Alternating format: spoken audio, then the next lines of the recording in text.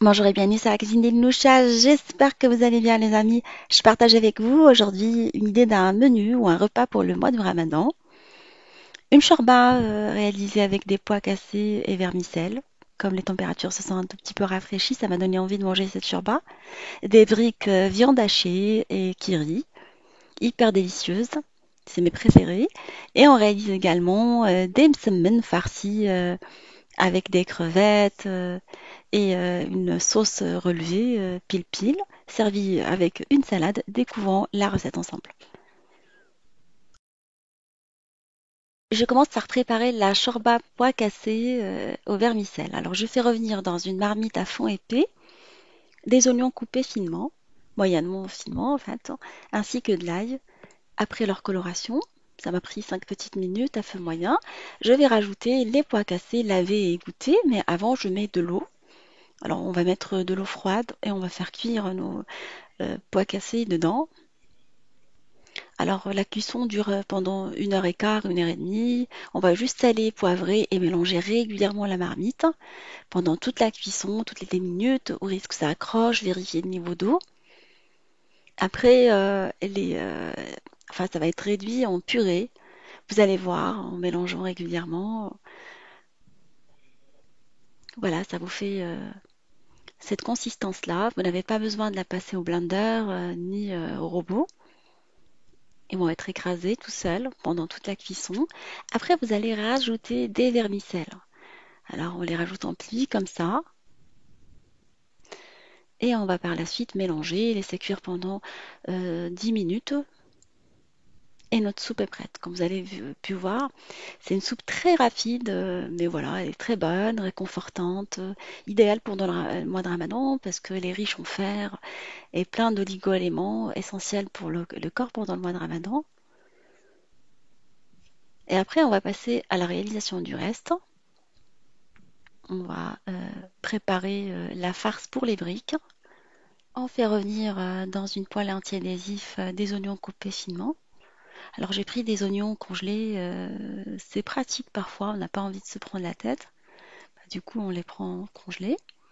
On les fait revenir dans de l'huile d'olive jusqu'à ce qu'ils soient translucides également, pour éviter qu'ils ne lâchent d'eau et pour dégager toute leur saveur. Après, on va rajouter de la viande hachée qu'on va venir émietter pour éviter qu'il n'ait des paquets dans la farce, en l'écrasant pendant la cuisson dans la farce à l'aide d'une spatule. Après, on met les épices. Alors, mettez les épices de votre choix, en fait. Tex-Mex, indienne, marocaine. Pour moi, c'est curcuma, gingembre, piment doux, piment fort. Et je mets également un tout petit peu de poivre et du cumin. Après la cuisson de la viande hachée, vous allez par la suite rajouter de l'œuf dans la farce. Alors, l'œuf qui est battu en omelette.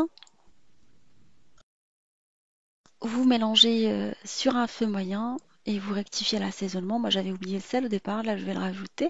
Alors, le rajout de l'œuf dans la farce permet vraiment de l'attendrir. On peut la ramasser plus facilement. Il y a des personnes qui n'aiment pas l'œuf, comme ma fille. Bah, du coup, elle ne capte rien. On met également les herbes. Alors, j'ai mis du persil haché et on mélange en même temps pour éviter d'avoir une omelette, en fait. Il faut que l'œuf soit incorporé pendant la cuisson à la viande hachée. Et on met quelques carrés de fromage. Vous mettez du kiri ou de la vache kiri et vous mélangez. Toujours sur un feu moyen. Après, vous éteignez le feu pendant 2 petites minutes et on a notre farce qui est prête.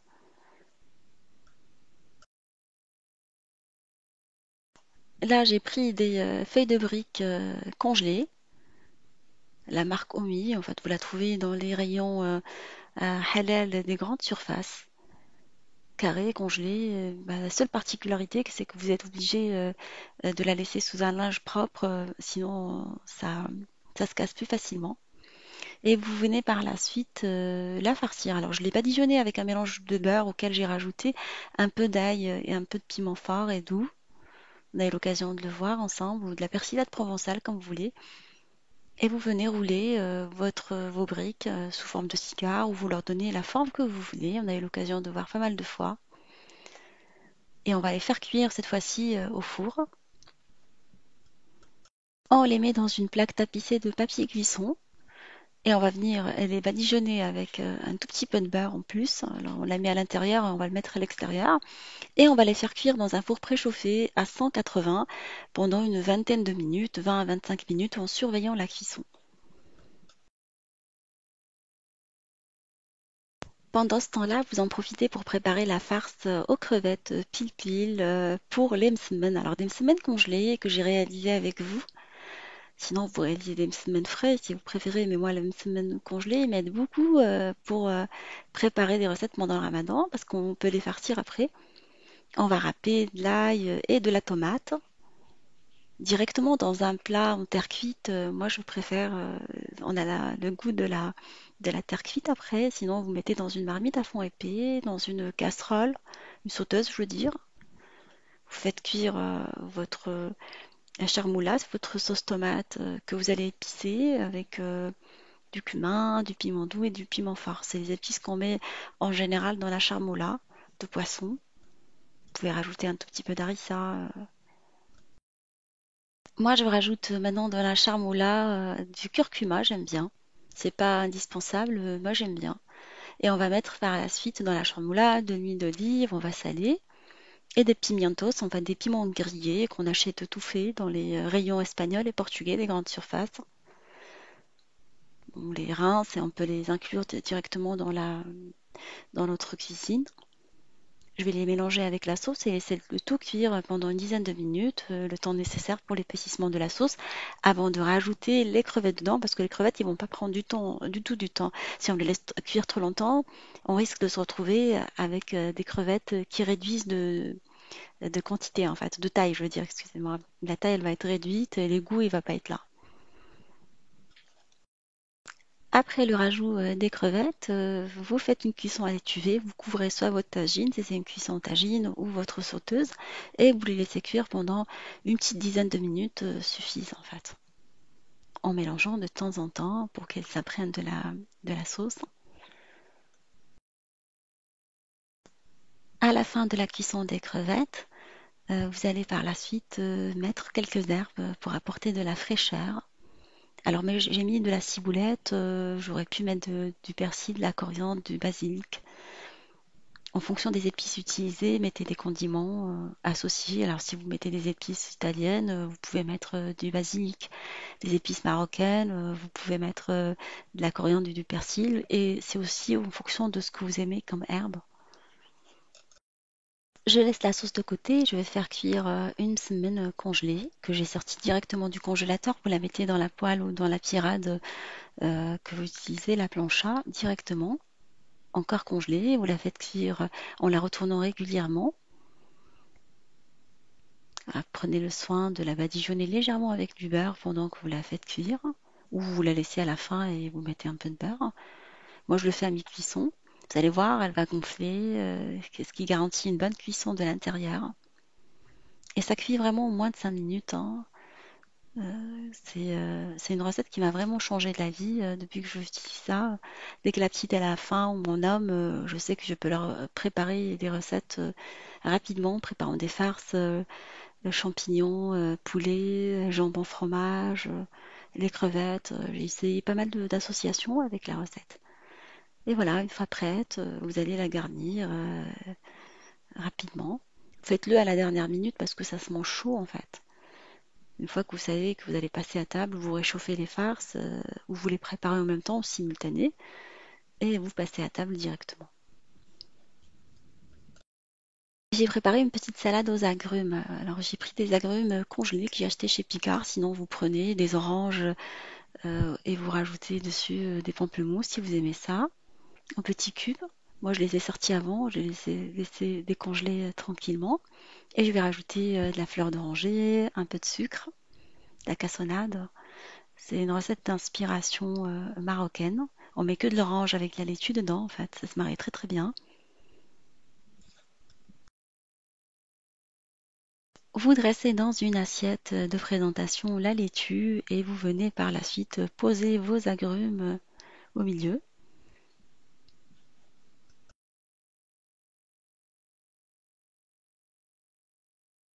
J'ai rajouté quelques tranches d'ananas et des tranches de mangue que j'avais à la maison. C'est pas obligatoire. Il n'y a pas tout ça dans la recette d'origine, mais moi je voulais vraiment les rajouter en plus. Et après, on va saupoudrer soit avec de la cannelle, du sucre glace. Moi, j'ai pas mis de cannelle aujourd'hui. J'avais oublié, mais en général, c'est ce qu'ils mettent, c'est de la cannelle. Moi, j'ai mis tout simplement du sucre glace.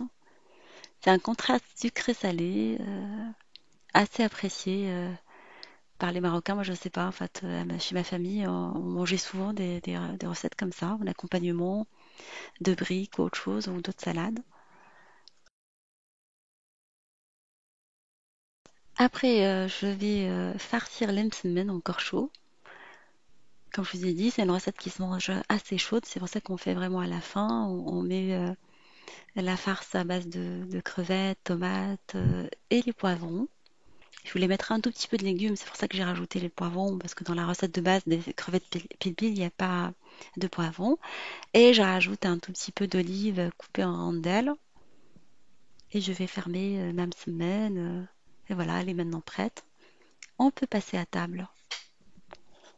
On sert la shorba et on va décorer les feuilles de briques avec la ciboulette, en fait, en la roulant dessus.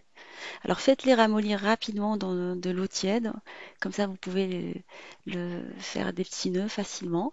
On rappelle qu'il y a de la ciboulette et ça fait joli en fait, des petits contrastes, un peu de vert, c'est le printemps, il ne faut pas se gêner de mettre un tout petit peu de couleur. Je vais vous couper une petite brique pour voir.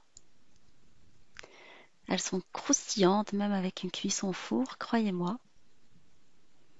Moi j'aime bien les briques chaudes avec la sauce thaïlandaise, sucrée salée, moi j'aime bien un peu piquante. Et j'ai servi l'emsmen avec une petite salade, juste avec de la laitue, de la tomate, des radis, tomates cerises, concombre, avec une petite vinaigrette. Voilà, ma recette d'aujourd'hui touche à sa fin, mon repas du ramadan touche à sa fin. J'espère qu'il vous fera plaisir et fera plaisir à vos familles. Je vous souhaite un bon ramadan et on se retrouve sur la cuisine de Dinoucha avec des nouvelles recettes, un nouveau voyage culinaire et à bientôt.